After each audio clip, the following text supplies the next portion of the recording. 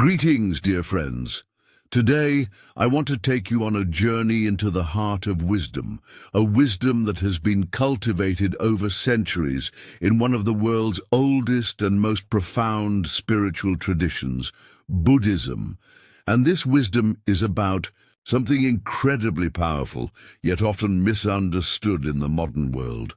It's about silence, not silence as we typically think of it, quietness, stillness, or emptiness, but silence as a deliberate and intentional practice of self-control, mindfulness, and peace.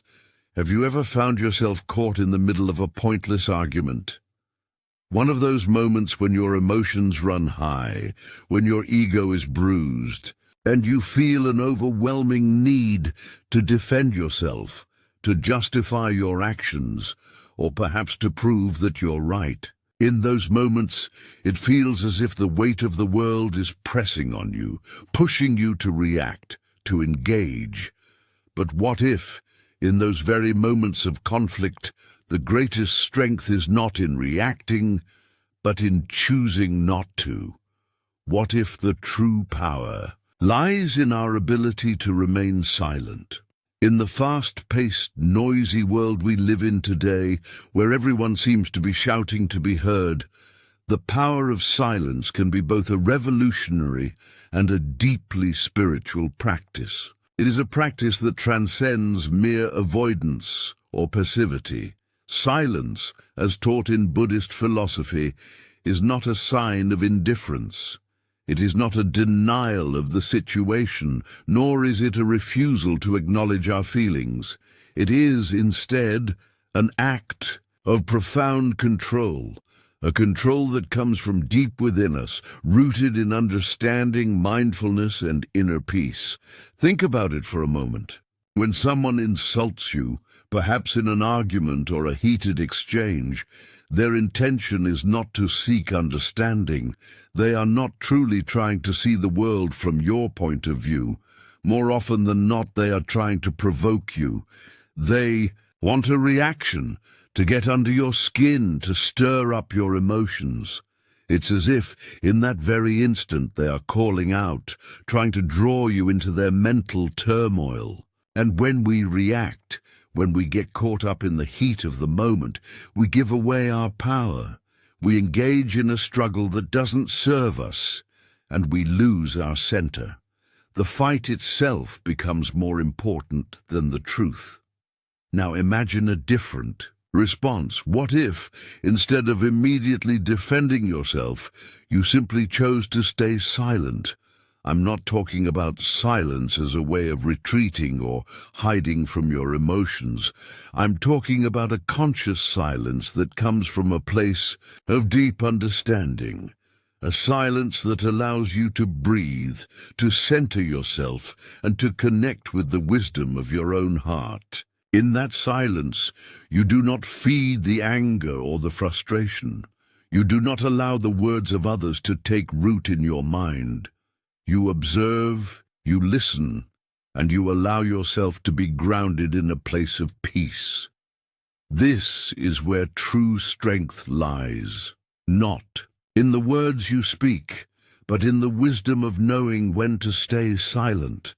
In Buddhism, this practice is often referred to as right speech, one of the foundational principles of the Noble Eightfold Path.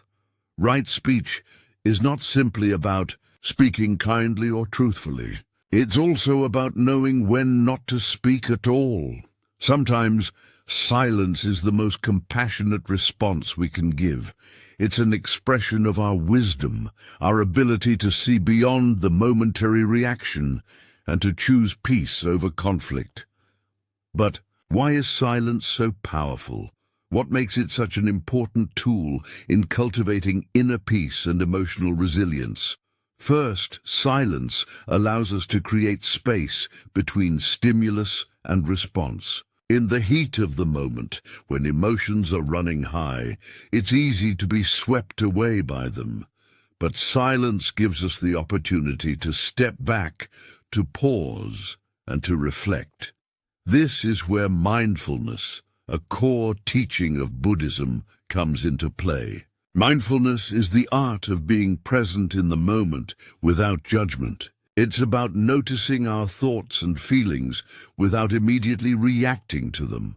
By practicing mindfulness, we create a mental space where we can observe our emotions without being controlled by them. In this space, silence becomes a powerful tool for self-regulation. Second, silence is an expression of compassion. When we choose silence over words, we are not only protecting our own peace, but also offering a gift to the other person. We are choosing not to escalate the situation, not to add fuel to the fire. Instead of retaliating or engaging in a verbal battle, silence allows us to hold space for the other person's emotions without feeding into their negativity. In doing so, we create an opportunity for healing, for understanding, and for connection. We break the cycle of conflict by choosing a path of compassion.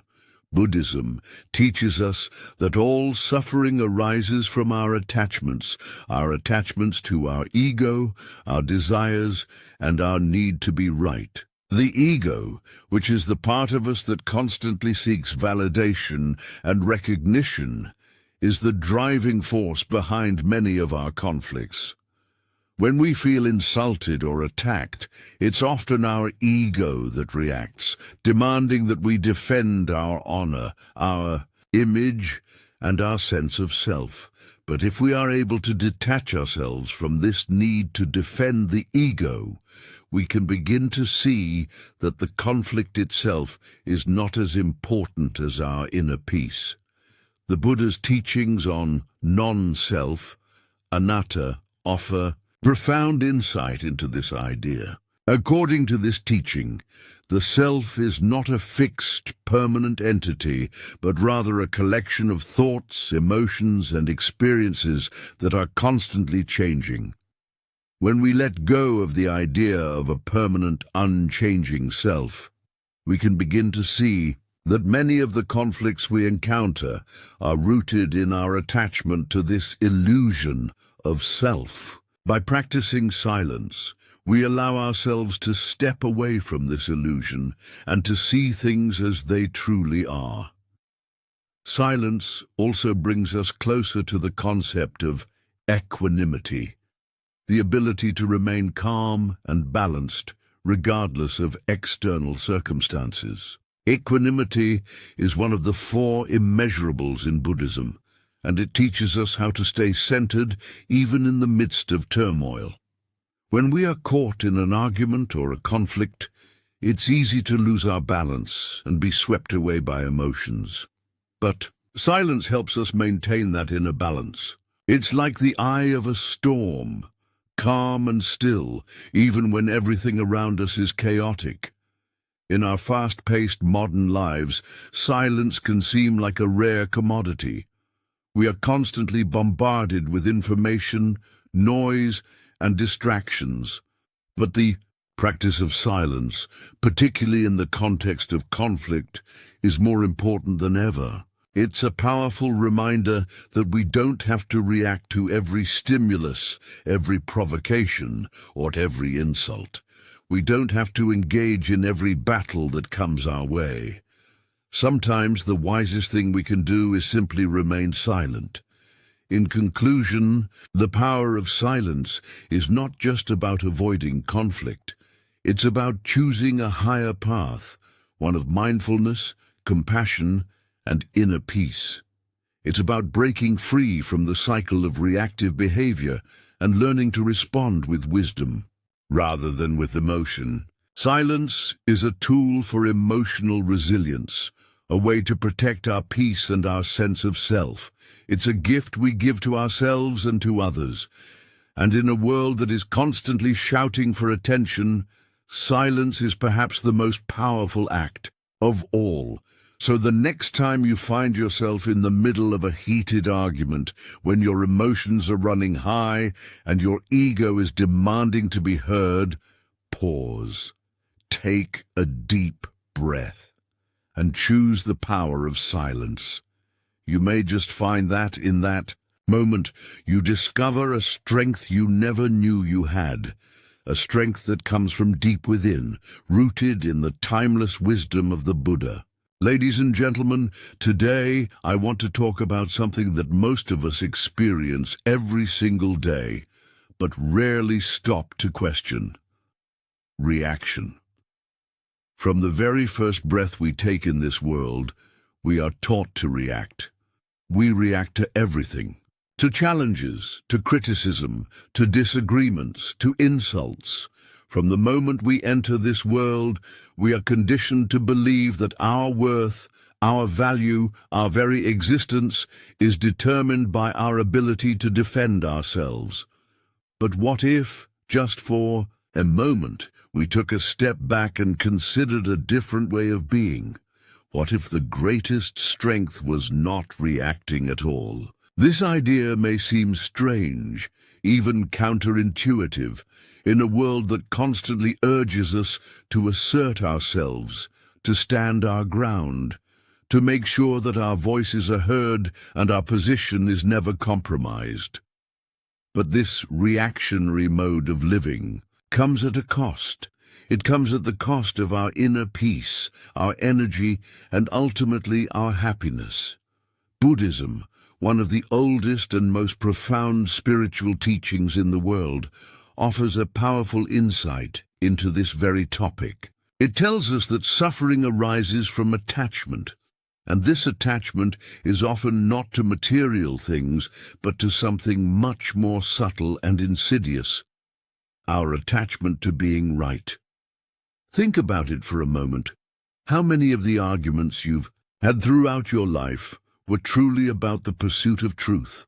How many of the times you've stood your ground in a heated exchange were motivated by a deep commitment to justice, fairness, or enlightenment? Now consider this. Most arguments, if we are honest with ourselves, are not about truth at all. They are about something much deeper, much more personal. They are about ego. They are about the need to protect our identity, to defend our self-image, to validate our very existence. It's about proving to the world, and sometimes even to ourselves, that we are worthy, that we matter. When you begin to truly understand this, you start to see the illusion that underpins so much of our daily reactions.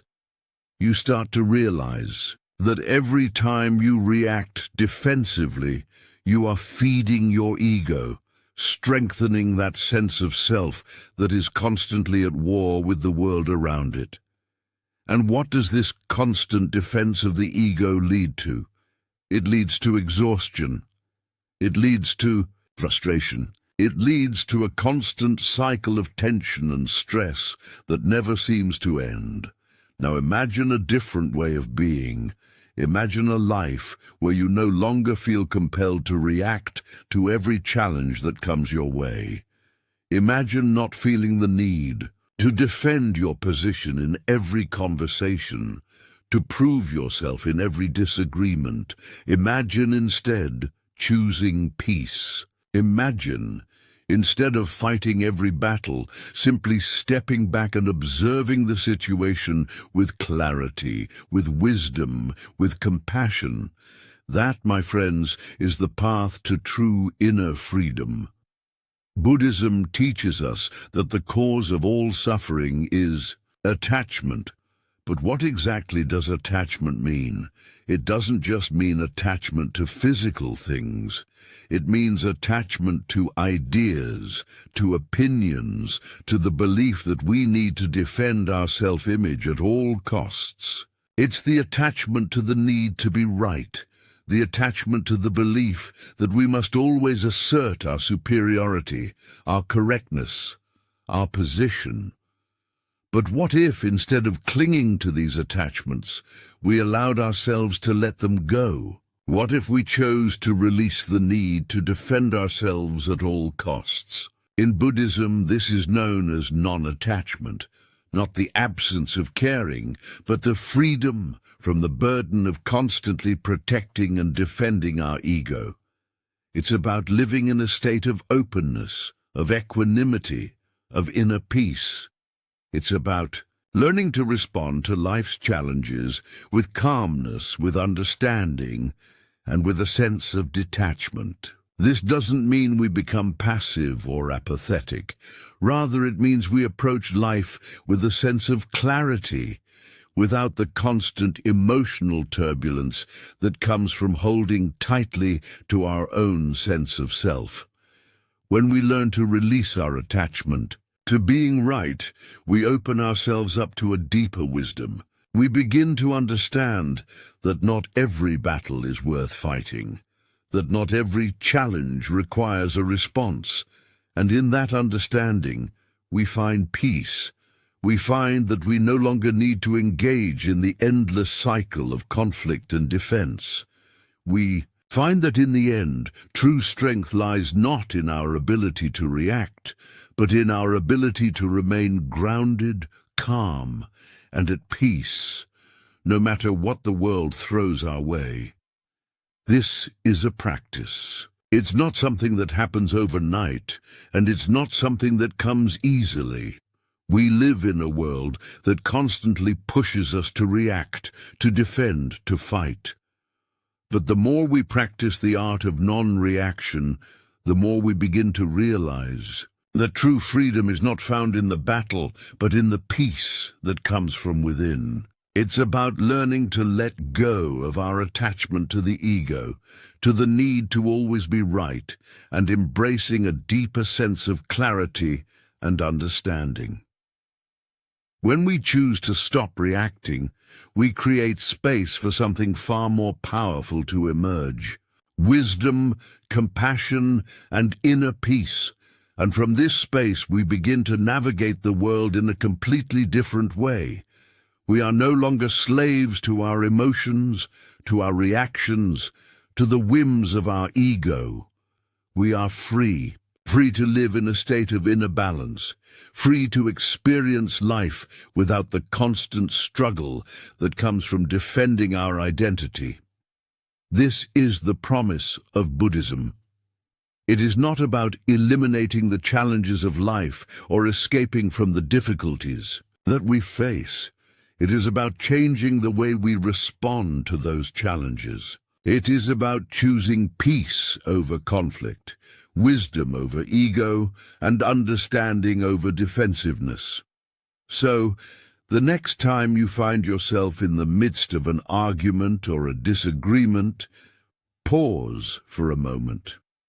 Ask yourself, am I reacting because I truly believe I am seeking truth, or am I reacting because my ego feels threatened? And then, in that moment of awareness, choose peace. Choose to release the attachment to being right. Choose to let go of the need to defend yourself. In doing so, you will find the freedom and the peace that you have been searching for all along. The path to true freedom is not a path of reaction, but a path of response. It is not about defending your ego, but about embracing your true nature, a nature of calmness, wisdom, and compassion. And when we learn to walk that path, we not only transform ourselves, but we also transform the world around us. In the teachings of Buddhism, there is a profound principle that speaks to the power of non-response. It is the understanding that true peace comes not from avoiding conflict or suppressing feelings, but from recognizing the impermanence of all emotions, particularly the negative ones. Imagine for a moment that you are standing face to face with someone who is desperately trying to provoke you. Their voice is raised, their gestures exaggerated, their words sharp and piercing. They seek to drag you into their drama, their chaos, their turmoil. They want you to react, to become entangled in their emotional state. They want to see your anger rise, your patience tested, and your calmness shattered. Now picture yourself standing there, not reacting, You are a silent observer, not one who is indifferent, but one who is mindful. You understand the nature of the situation. You know that your peace, your inner tranquility, is not dependent on the actions or words of another person. It is yours to maintain, yours to cultivate. And so you do not flinch, you do not raise your voice, you do not allow their energy to seep into yours, you simply remain still. In this stillness, you allow the storm of their emotions to pass by, knowing that nothing in this world is permanent, not even anger. What happens then? Slowly but surely, the power of their provocation fades. Their words, once sharp and full of venom, begin to lose their grip on you. They no longer have the power to control your emotional state because you have refused to give them that power. In this moment, you realize that you are the one in control. You are the one who has the power to decide how you respond to the world around you, and you choose peace. This practice of non-response is not about apathy. It is not about shutting down your feelings or ignoring your emotions. Instead, it is about understanding that not every situation requires a reaction. Not every person deserves your energy, and not every argument is worth your involvement. When you practice the art of non-response, you practice the art of mindfulness. You become aware of the fleeting nature of all things, including the emotions that arise within you. You begin to recognize that just as clouds pass through the sky, so too do feelings of anger, frustration, and irritation. They are not permanent, they are temporary, and they will eventually fade if you do not feed them. The Buddha, in his infinite wisdom, taught that suffering arises from attachment to desires, attachment to outcomes, attachment to the need for validation or approval. When we react impulsively, when we allow ourselves to be swept up in the emotional currents of others, we are attaching ourselves to their drama, to their anger, to their suffering. In doing so, we only add to our own suffering. But when we remain grounded, when we refuse to be pulled into the vortex of someone else's emotional storm, we free ourselves from that suffering. The art of non-response is, at its core, the practice of detachment. Not detachment in the sense of indifference, but detachment in the sense of understanding that our peace and happiness do not depend on external circumstances. We cultivate an inner peace that is not easily shaken. This inner peace, this tranquility, is a direct result of mindfulness, the awareness that we can choose our responses. When we practice mindfulness, we become aware of the impermanence of our emotions. We recognize that anger, frustration, and fear are not inherent parts of us. They are temporary states that arise and fade, just like the waves of the ocean. In moments of provocation, it can be easy to fall into the trap of responding out of habit, out of a sense of self-protection, or out of a desire to defend our ego. But the wise practitioner understands that the ego is an illusion, a construct of the mind that seeks to define and defend itself. The true self, the self that is connected to the universal consciousness, does not need to defend or prove anything. It simply is. When we practice the art of non-response, we are reminding ourselves that our true nature is not defined by the words or actions of others. We are not our emotions. We are not our thoughts. We are the awareness that observes them. The Buddha also taught the importance of compassion, and this can sometimes be misunderstood. Compassion does not mean allowing others to treat us poorly or to provoke us into anger. Compassion means understanding the suffering that others are experiencing and responding with love and wisdom. Sometimes the most compassionate response is not to engage in the drama, to not feed into the negativity. By not responding, we create space for others to process their own emotions, and we allow them to come to their own realizations. We are not responsible for their reactions, only for our own. And so when you find yourself in a situation where you are being provoked, remember the art of non-response. You are not required to react. You are not required to defend yourself. You do not need to match the energy of the other person. You can simply stand firm in your peace, in your mindfulness, in your understanding of the impermanence of all things.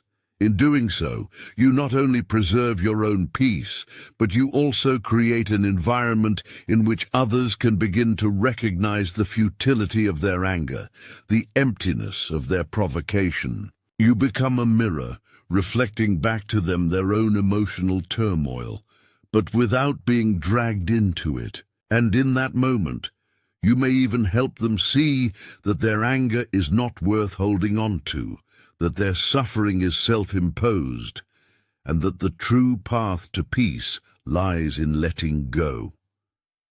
Ultimately, the art of non-response is about choosing your battles wisely.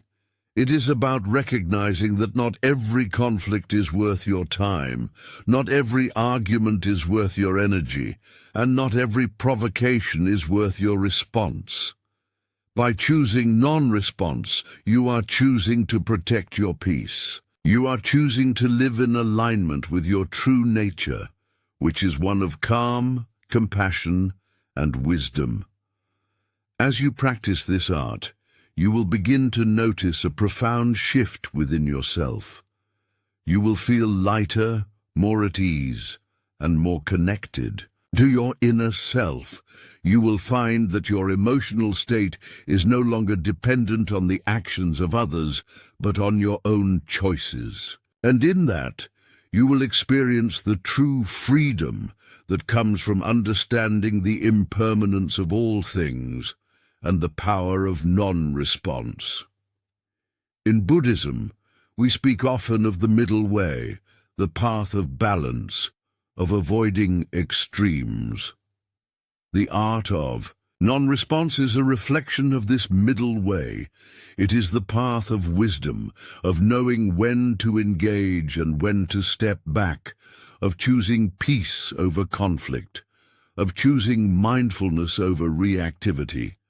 It is a practice that, when cultivated, leads to a life of greater tranquility, greater understanding, and greater compassion. In the hustle and bustle of daily life, we often find ourselves overwhelmed by the constant pull of external forces. Our attention is fragmented by the opinions of others, the judgments of society, and the ever-increasing expectations that seem to be placed upon us.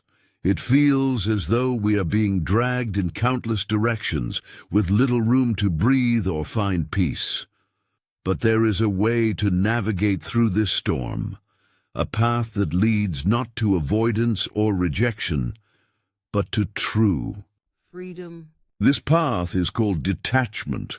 Now, when we hear the word detachment, many of us might think of it in a negative light. We might imagine it as a cold, indifferent state where we care about nothing, where we shut ourselves off from the world. But detachment, as taught in the wisdom of Buddhism, is not about apathy or withdrawal. It's about recognizing that not everything in life requires our energy or attention. Detachment is not about avoiding life. It's about choosing to engage with life in a way that serves our well-being and preserves our inner peace.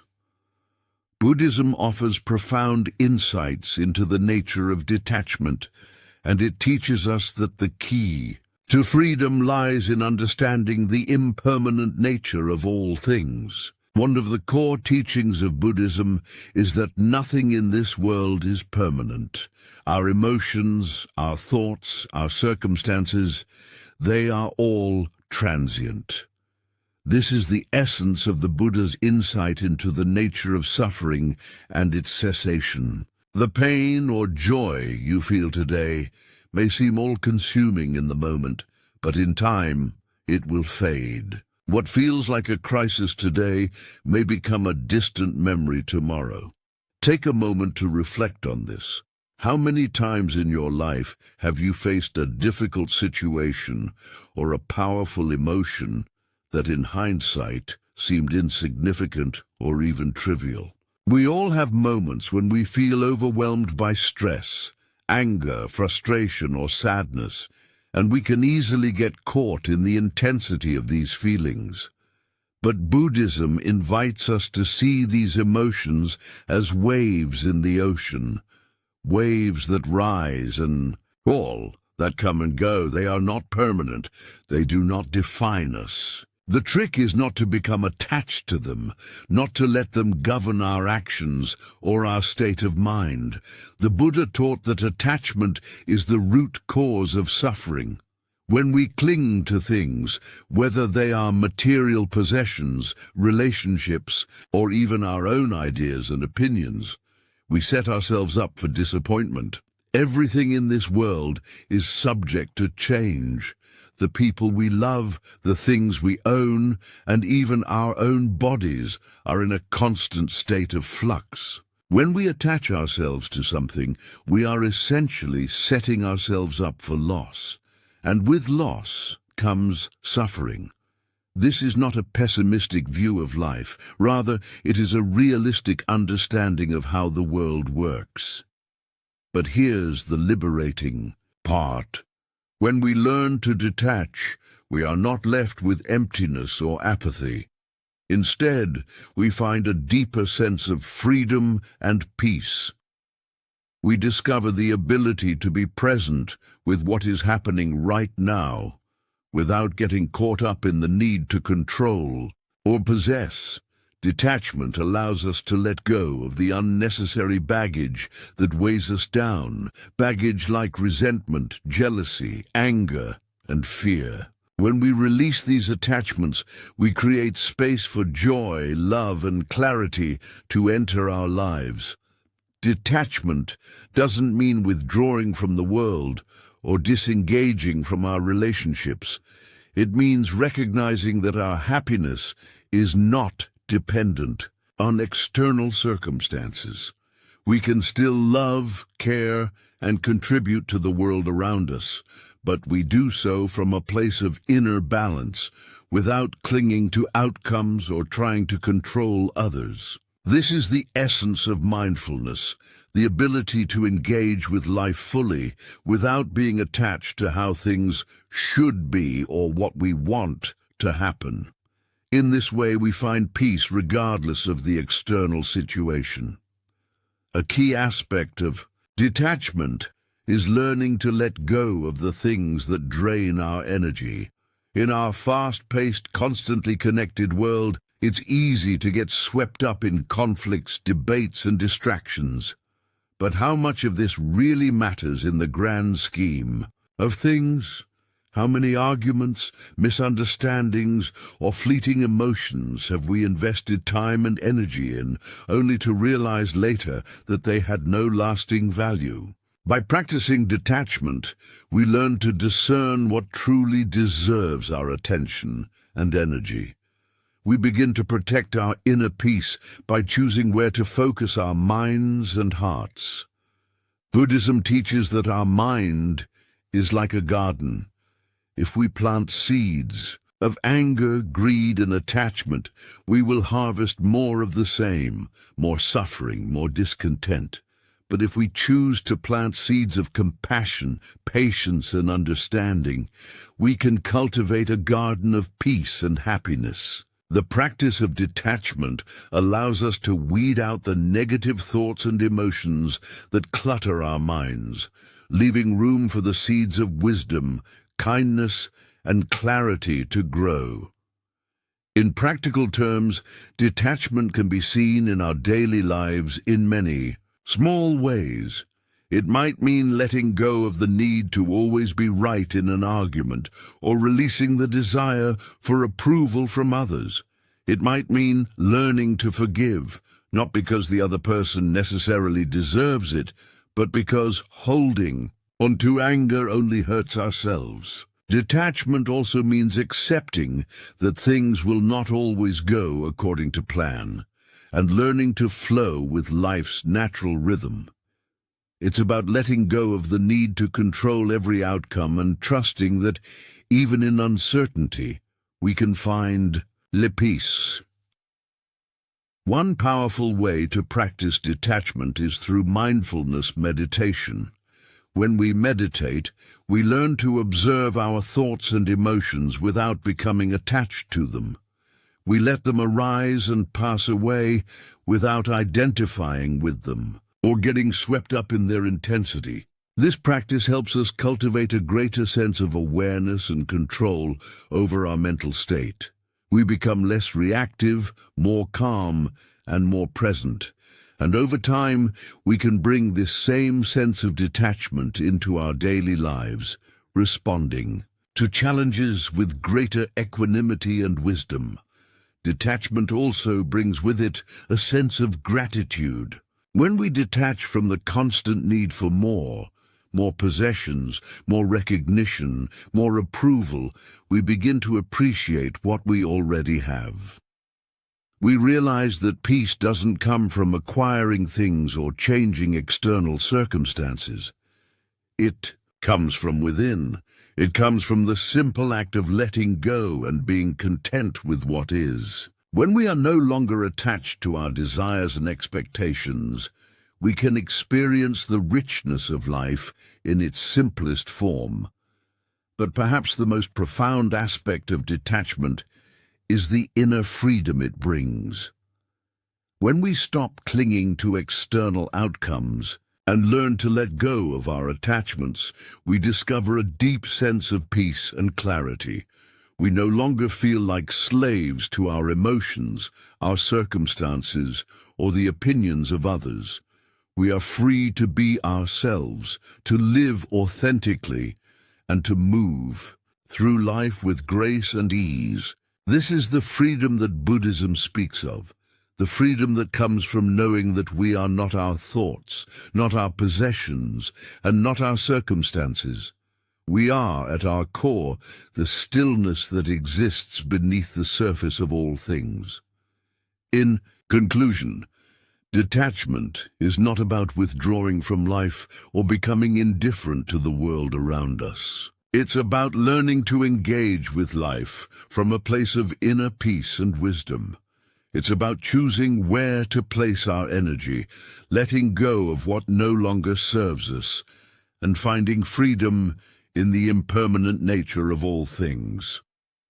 By practicing detachment, we protect our peace, cultivate a deeper understanding of ourselves, and create space for joy, love, and clarity to enter our lives.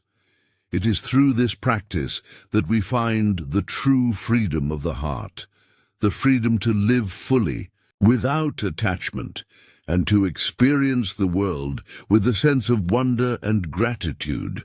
Ladies and gentlemen, friends on this journey of life, let us pause for a moment and reflect on the deeper truths that shape our existence.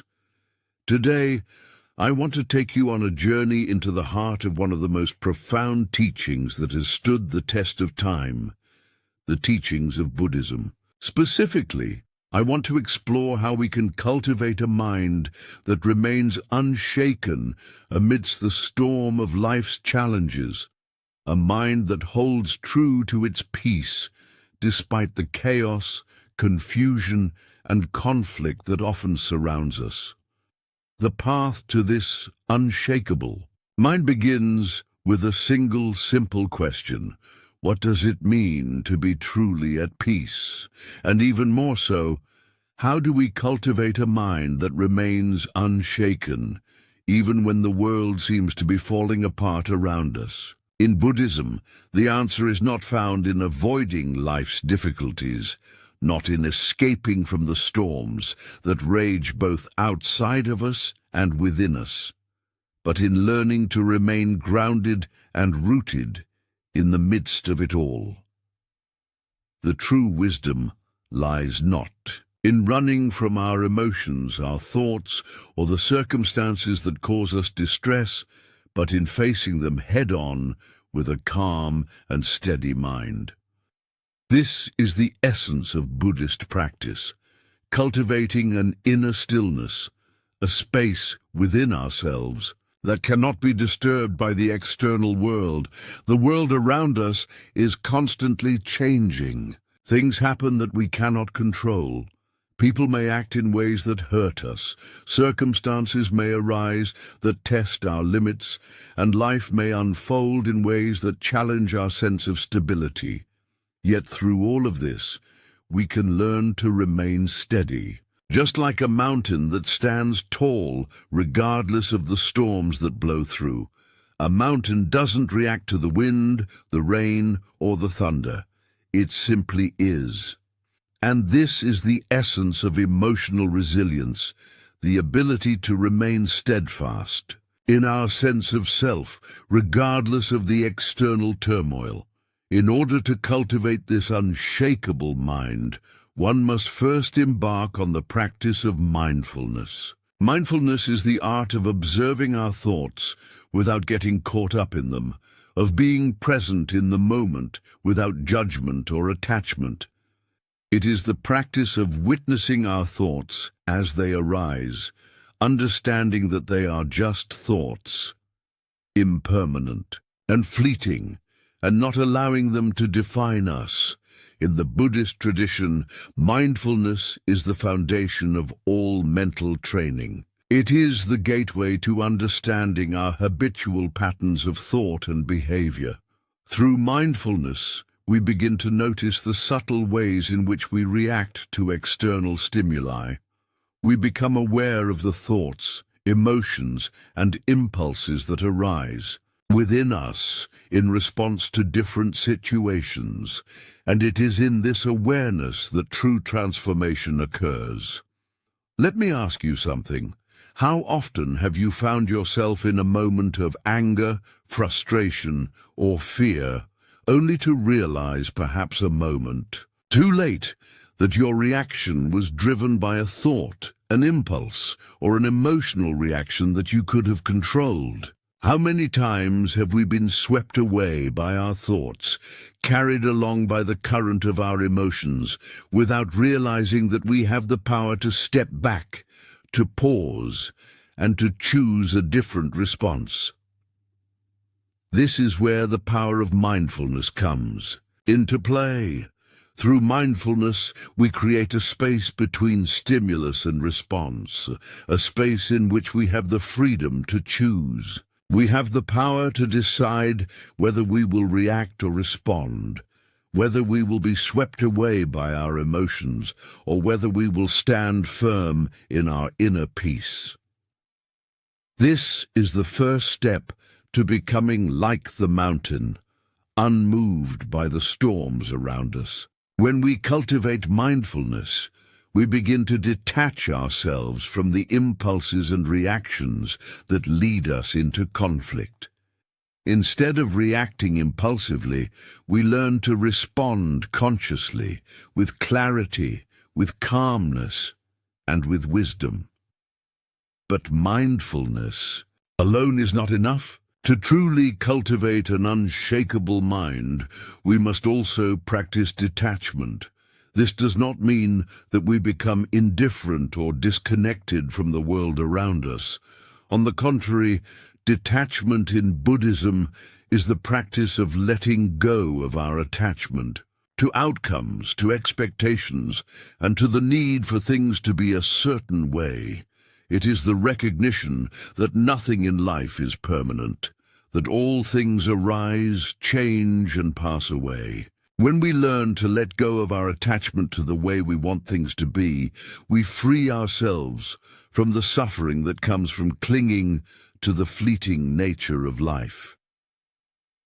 Detachment is not about shutting ourselves off from the world. It is about learning to be present without attachment, without needing to control every situation or person around us. It is the recognition that our peace of mind is not dependent on external circumstances, but on our internal state of being. When we can let go of our attachments, we become less affected by the things that once triggered us. We begin to experience life with greater ease, greater acceptance, and greater peace. Now imagine this. What would it be like if you could face every situation with a calm, steady mind? What if, no matter what happened, you could pause for a moment, take a deep breath, and ask yourself the simple question, is this worth my peace?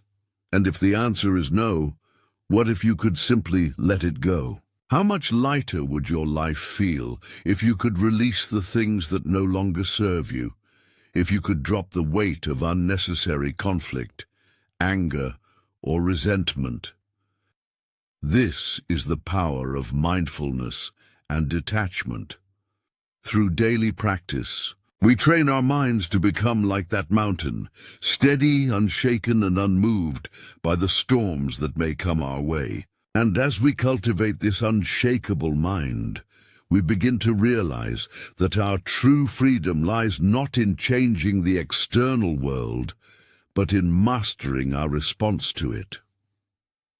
You see, true freedom is not found in the ability to control others or to manipulate circumstances.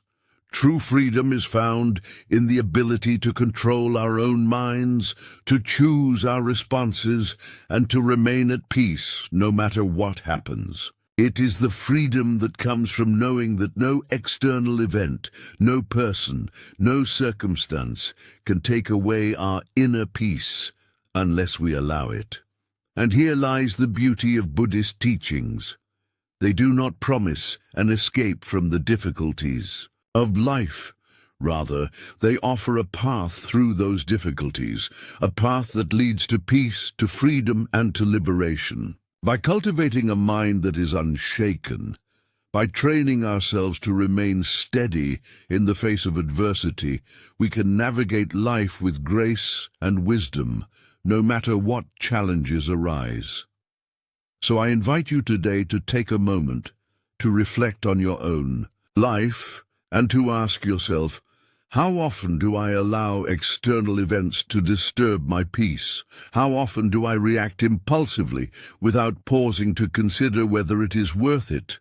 How much of my energy do I spend clinging to things that no longer serve me? And then ask yourself this question: what would it be like to let go? What would it be like to become like the mountain, unshaken, steady, and at peace? Through a practice of mindfulness, through the cultivation of detachment, and through the steady development of emotional resilience, you can cultivate a mind that remains unshaken no matter what comes your way. And in that state of inner peace, you will find the true freedom that comes from mastering the art of silence, stillness, and non-reaction. Thank you